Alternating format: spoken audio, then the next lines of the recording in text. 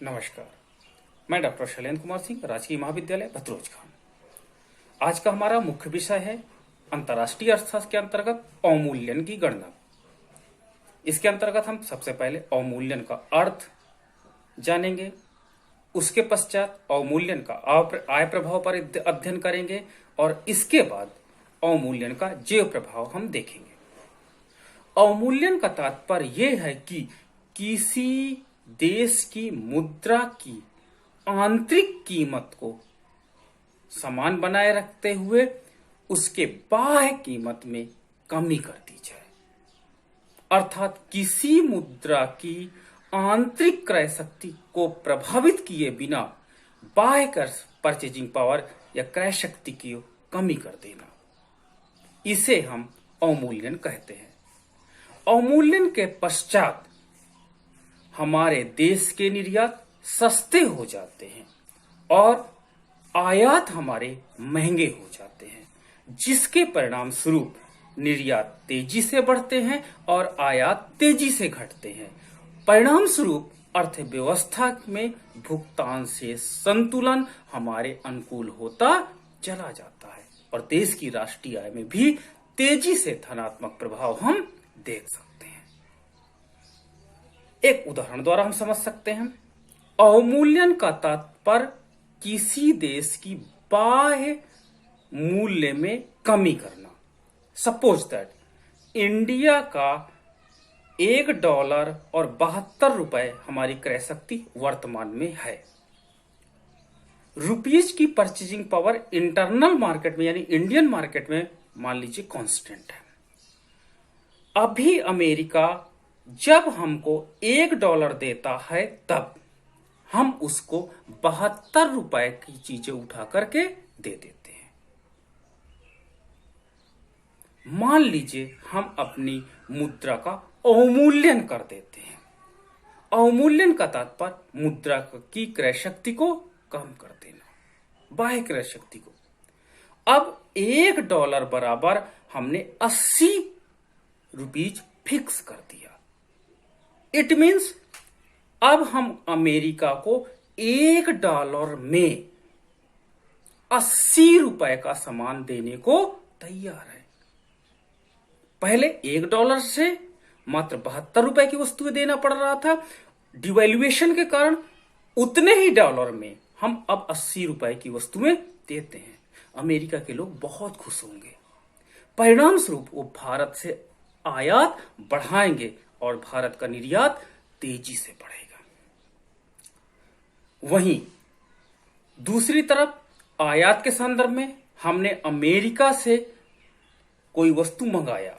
Suppose that हमारे पास वो $1 की थी, हमने 72 रुपए दिया और $1 की वस्तु का भुगतान कर दिया। अब हमारे पास डिवैल्यूएशन हो जाने से $1 प्राप्त करने के लिए, ताकि हम उसका भुगतान कर सकें, 80 रुपए देना पड़ रहा है।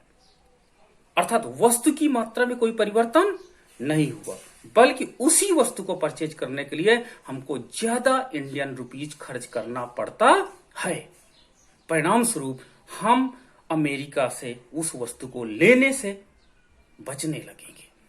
इस प्रकार हमारे देश का निर्यात बढ़ेगा और आयात घटेंगे। इसे हम अवमूल्यन कहते हैं।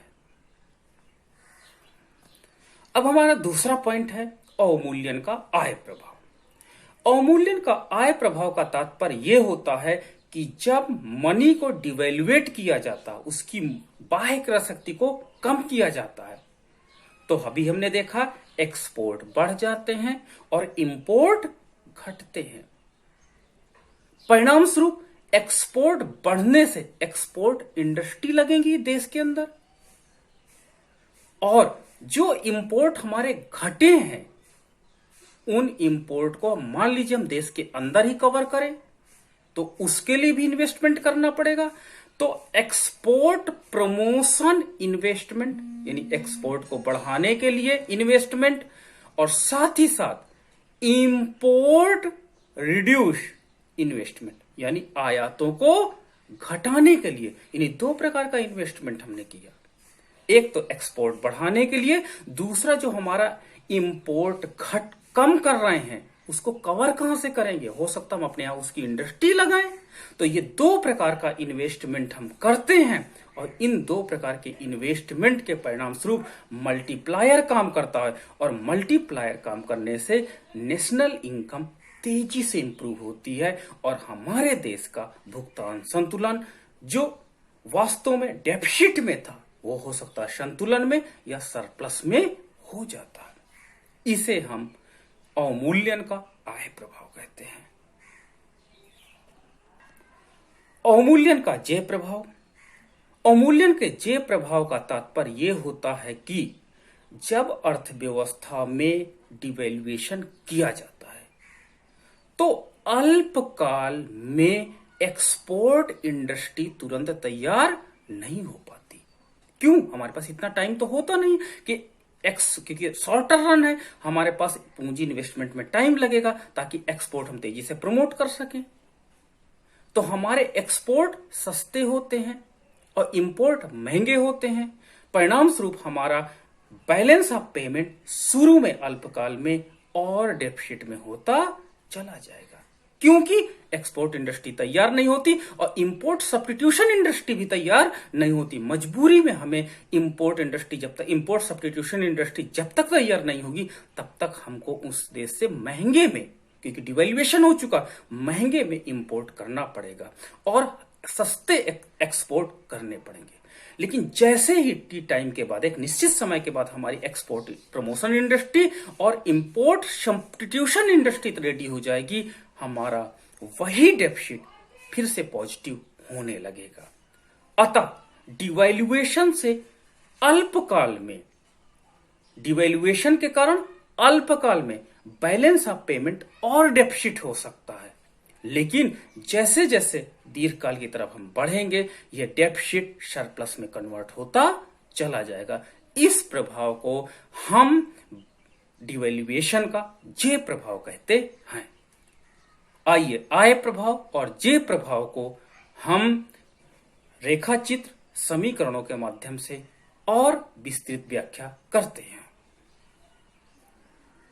के आय प्रभाव की गणना करते हैं। आय प्रभाव का तात्पर्य यह है कि जब डिवैल्यूएशन किया जाता है तो नेशनल इनकम पर क्या प्रभाव पड़ता है। वास्तव में नेशनल इनकम पे पड़ने वाले प्रभाव को अभी तक पूर्ण रूप से कैलकुलेट करना भ्रमपूर्वक है। फिर भी हम देखेंगे कि क्या राष्ट्रीय आय पर प्रभाव पड़ेगा। जब डिवैल्यूएशन होता है तो उसके परिणाम स्वरूप हमारे एक्सपोर्ट तेजी से बढ़ते हैं और इंपोर्ट तेजी से घटते हैं। एक्सपोर्ट बढ़ने से, इंपोर्ट घटने से इकोनॉमी में बैलेंस ऑफ पेमेंट फेवर में हो जाता है। ठीक दूसरी तरफ इकोनॉमी में एक्सपोर्ट प्रमोशन इंडस्ट्री और इंपोर्ट सब्स्टिट्यूशन इंडस्ट्री लगने के कारण इकोनॉमी में डेल्टा आई का मान बढ़ता है।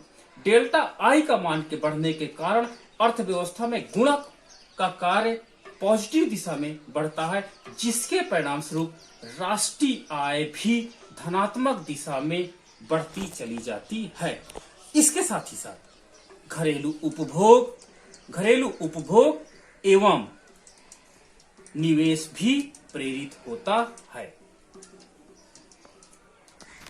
का द्वारा हम देख सकते हैं, मान लीजिए y equal to C plus i है। यहां पर y राष्ट्रीय आय को प्रदर्शित करता है, c उपभोग को और I निवेश को। हम जानते हैं कि निवेश दो प्रकार का होता है, एक होता है घरेलू निवेश और दूसरा होता है विदेशी निवेश। यानी निवेश हमारा दो प्रकार का होता है, आईडी और आईएफ। हम जानते हैं आईएफ का तात्पर्य यह है कि इकोनॉमी में एक्सपोर्ट और इंपोर्ट का अंतर। अब हम आई का मान रखते हैं तो y बराबर c plus I D plus I F. अब आई एफ का मान रखते हैं y equal to C plus I D plus X minus M. ये हमारे पास समीकरण नंबर 1 प्राप्त हुआ। अब हम जानते हैं क्या कि y बराबर c प्लस एस। यानी हम अपनी राष्ट्रीय आय का उपभोग या बचत करते हैं। अतः हम y का मान रख देते हैं। C plus S equal to C plus I D plus X minus M. C से C कैंसिल हो जाता है। अतः S minus I D equal to X minus M या x minus M equal to S minus I D हमें एक समानिका प्राप्त होती है। जब डिवैल्यूएशन किया जाता तो x का मान बढ़ता है और m का मान घटता है, जिसके परिणाम स्वरूप ये हमारी लाइन दाहिनी ओर शिफ्ट कर जाती है और उसके परिणाम स्वरूप राष्ट्रीय आय बढ़ जाती है। रेखा चित्र में देख सकते हैं कि आधार अक्ष पर वास्तव में हमने राष्ट्रीय आय को लिया है, बीओपी हमने लंब अक्ष पर धनात्मक और यानी सरप्लस और वाई अक्ष पे हमने माइनस को लिया, यानी डेफिसिट। यहां पर यह डेफिसिट को शो करता है। प्रारंभ अर्थव्यवस्था ई बिंदु पर संतुलन में है। ई बिंदु में संतुलन का तात्पर्य यह है कि x माइनस डी और s माइनस आई जहां पर दोनों एक दूसरे के बराबर हो जाते हैं।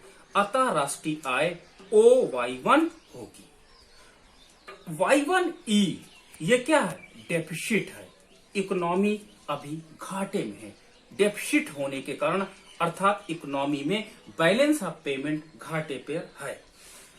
जब अर्थव्यवस्था में डिवैल्यूएशन किया जाता है तो x का मान बढ़ता है और m का मान घटता है, जिससे x माइनस m रेखा ऊपर की ओर शिफ्ट होती है और ये कुछ ऐसी होगी, यानी x माइनस m 1 हो जाती है और नया संतुलन बिंदु हमें y2 प्राप्त होता है। इस प्रकार देखिए कि जो हमारे पास y1e था घाटा, अब यहां पर बैलेंस ऑफ पेमेंट संतुलन में हो जाता है और देश की राष्ट्रीय आय OY1 से बढ़कर OY2 हो जाती है। जब डिवैल्यूएशन और इफेक्टिव रूप से कार्य करता तो ये लाइन शिफ्ट होकर के x माइनस m 2 हो जाती है। यहां पर हम नया संतुलन बिंदु E1 प्राप्त हो जाता है और इस प्रकार हम देखते हैं कि राष्ट्रीय आय बढ़कर OY3 हो जाती है और इकोनॉमी जो डेफिसिट में थी, यहां पर देखिए E1Y3 सरप्लस में इकोनॉमी कन्वर्ट हो जाती है। इसे हम अवमूल्यन का आय प्रभाव कहेंगे कि इकोनॉमी में जो राष्ट्रीय आय OY1 थी अब इंप्रूव होकर के OY3 हो जाती है। इसके साथ साथ ये हम भी कहेंगे कि राष्ट्रीय आय पर व्यापार की शर्तों के द्वारा भी प्रभाव पड़ता है। डिवैल्यूएशन के कारण यदि व्यापार की शर्तें अनुकूल है तो आय प्रभाव धनात्मक, यदि व्यापार की शर्तें प्रतिकूल है तो आय प्रभाव ऋणात्मक होगा। अब हम जे इफेक्ट की गणना करेंगे। जे इफेक्ट वास्तव में डिवैल्यूएशन का समय के अनुसार पड़ने वाले प्रभाव को दिखाता है। इसके अंतर्गत दो मुख्य वेरिएबल हैं, अल्पकाल और दीर्घकाल। अल्पकाल वो समय होता है डिवैल्यूएशन के बाद भी एक्सपोर्ट नहीं बढ़ पाता और इंपोर्ट नहीं घट पाता, जिस हम एक्सपेक्टेशन से डिवैल्यूएशन किए हैं। परिणाम स्वरूप इकोनॉमी में डेफिसिट बढ़ता चला जाता है, क्योंकि अल्पकाल में उत्पादक के पास इतना समय नहीं होता कि एक्सपोर्ट प्रमोशन इंडस्ट्री और इंपोर्ट सब्स्टिट्यूशन इंडस्ट्री को लगा सके। इसलिए अल्पकाल में उसे डेफिसिट का सामना करना पड़ता है। लेकिन वहीं दीर्घकाल की जब हम बात करते हैं तो दीर्घकाल में उत्पादक के पास इतना समय होता है कि वो एक्सपोर्ट प्रमोशन इंडस्ट्री को लगा लेता है और एक्सपोर्ट प्रमोशन इंडस्ट्री को लगाने के कारण और इंपोर्ट सब्स्टिट्यूशन इंडस्ट्री को भी लगा देता है, जिसके कारण इंपोर्ट रिड्यूस हो जाते हैं। परिणाम स्वरूप यही डेफिसिट कन्वर्ट हो जाता है सरप्लस में। अर्थात जे प्रभाव अल्पकाल और दीर्घकाल या डिवैल्यूएशन की प्रोसेस के समय को दिखाता है। इसे हम रेखा चित्र के माध्यम से स्पष्ट कर सकते हैं। रेखा चित्र पर आधार अक्ष पर हमने समय को लिया है, y धनात्मक अक्ष पर सरप्लस को लिया है और ऋणात्मक अक्ष पर हमने बीओपी डेफिसिट को लिया, बैलेंस ऑफ पेमेंट के डेफिसिट को लिया। Suppose that we are at a point, मान लीजिए हम अर्थव्यवस्था में ए बिंदु पर हैं, अर्थात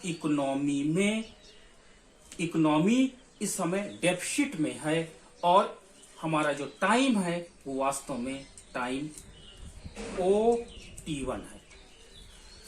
जब इस पॉइंट पर इकोनॉमी डिवेल्युएशन की जाती है तो उसके परिणाम स्वरूप एक्सपोर्ट इंडस्ट्री अल्पकाल में नहीं बन पाने के कारण तथा इंपोर्ट इंडस्ट्री भी न चालू हो पाने के कारण अल्पकाल में यह डेफिसिट और बढ़ जाता है और हम बी पॉइंट पर आ जाते हैं। ए से बी पॉइंट पर आने का तात्पर्य यह है कि डेफिसिट इसलिए बढ़ गया है क्योंकि एक्सपोर्ट इंडस्ट्री तैयार होने में टाइम लगेगा और इंपोर्ट सब्स्टिट्यूशन इंडस्ट्री भी तैयार होने में टाइम लगता है, इसलिए और अधिक घाटा बढ़ गया है। लेकिन जैसे ही हम देखते हैं कि ये जो टाइम है T1 से T2 time, that is called short run, ये हमारा शॉर्ट रन है। लेकिन जब हमारी इंडस्ट्री रेडी हो जाती है तो उसके परिणाम स्वरूप हमारा ये डेफिसिट कंपनसेट होने लगता है और ये डेफिसिट हमने देखा T3 टाइम पर ये डेफिसिट हमारा कंप्लीट हो गया। क्यों? क्योंकि यहां पर एक्सपोर्ट प्रमोशन इंडस्ट्री काम कर रही है और इंपोर्ट सब्स्टिट्यूशन इंडस्ट्री भी काम कर रही है। यहां पर एक्सपोर्ट प्रमोशन इंडस्ट्री काम नहीं कर रही थी और इंपोर्ट सब्स्टिट्यूशन इंडस्ट्री भी काम नहीं कर रही थी, इसलिए डेफिसिट बढ़ गया। लेकिन यहां पे वर्क करने के कारण ये डेफिसिट कंप्लीट हो गया और फ्यूचर में ये कुछ ऐसे हो जाती है। इसका तात्पर्य है कि अब इकोनॉमी, मान लीजिए T4 टाइम की बात करते हैं तो T4 टाइम में इकोनॉमी सरप्लस में हो जाती है और सरप्लस का तात्पर्य यह है कि हमारी एक्सपोर्ट इंडस्ट्री इफिशिएंटली काम करती है और इंपोर्ट सब्स्टिट्यूशन इंडस्ट्री भी इफिशिएंटली काम कर रही है, इसलिए हम इकोनॉमी में सरप्लस में चले गए। इस प्रकार हमने A, B, T3 और K हमें एक प्रकार का वक्र मिलता है जिसे हम J वक्र की संज्ञा देते हैं। संक्षेप में हम कह सकते हैं कि J वक्र का तात्पर्य वास्तव में डिवेल्युएशन के अल्पकालीन और दीर्घकालीन प्रभाव को स्पष्ट करना है। इस प्रकार हमारा डिवेल्युएशन समाप्त हो जाता है। धन्यवाद।